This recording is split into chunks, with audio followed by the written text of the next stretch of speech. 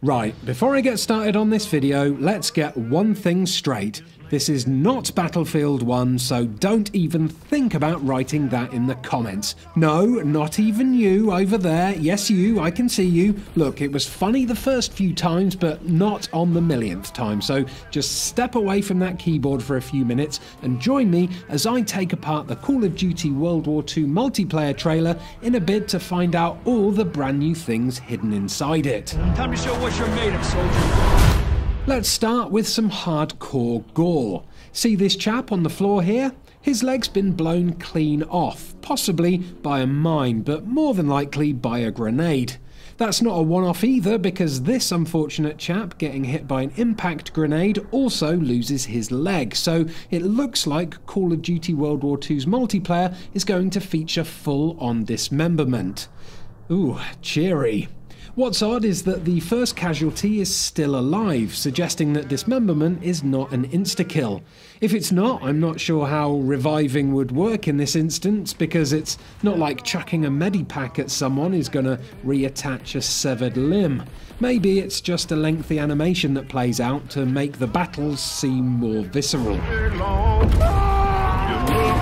Looks like Bayonet Charges are coming to Call of Duty World War II. How similar they'll be to the Bayonet Charges in Battlefield 1 is yet to be seen, but chances are you'll get a short speed boost when you activate it, allowing you to skewer your targets at full force. Right after the bayonet charge, this soldier switches to a flamethrower and sets about toasting his enemies.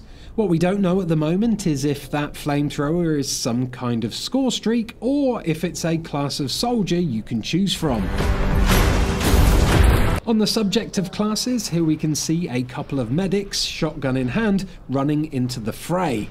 This suggests we might see the return of some old school first-person shooter classes with specialist skills like medic, sniper and assault. This shot here is really interesting. These soldiers parachuting onto the battlefield shout, "Back in the fight," as they land. Listen. Get back in the fight! Does this mean we'll be seeing people spawning in on parachutes? It certainly looks like it, although whether this will be confined to certain modes like War Mode rather than your classic team deathmatches remains to be seen. Rally near the tank! Here's a biggie: vehicles.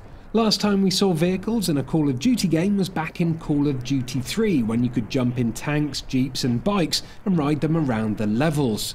In this gameplay we can see a bunch of vehicles, but it looks like they'll be less interactive than you might have hoped. For a start, this tank here is actually a linear objective in the game's war mode. What that means is it'll drive along a certain route while you have to protect it from harm. I'm guessing kind of like a payload mission in Overwatch. As you can hear in the dialogue, the objective is to get it close enough to some German flak guns so you can destroy them. Destroy the 88s! While I'm pretty sure you won't have direct control over the tank, it does look like players will be able to jump into the gunner's seat to provide some heavy fire support. The other vehicles that appear in the trailer are planes, but they appear as Scorestreaks, and at the time of recording this video, it's not clear how much control you'll have over them.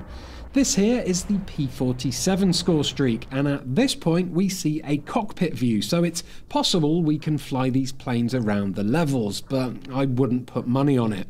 There's also this shot here of a bomb dropping. That's called a glide bomb Scorestreak, which presumably will only give you control over where the bomb lands. This one is also pretty interesting. You can see here that the soldiers are demolishing part of a church to get access to the Nazis inside.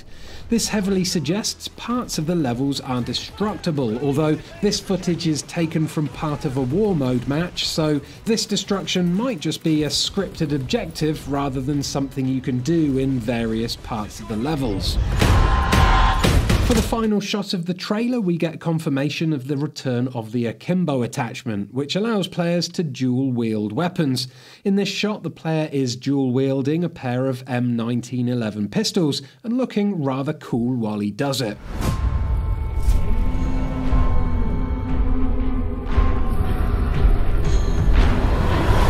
So there we go, that's my deep dive into the Call of Duty World War II trailer done and dusted.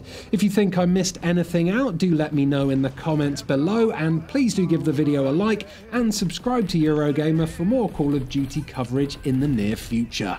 Goodbye.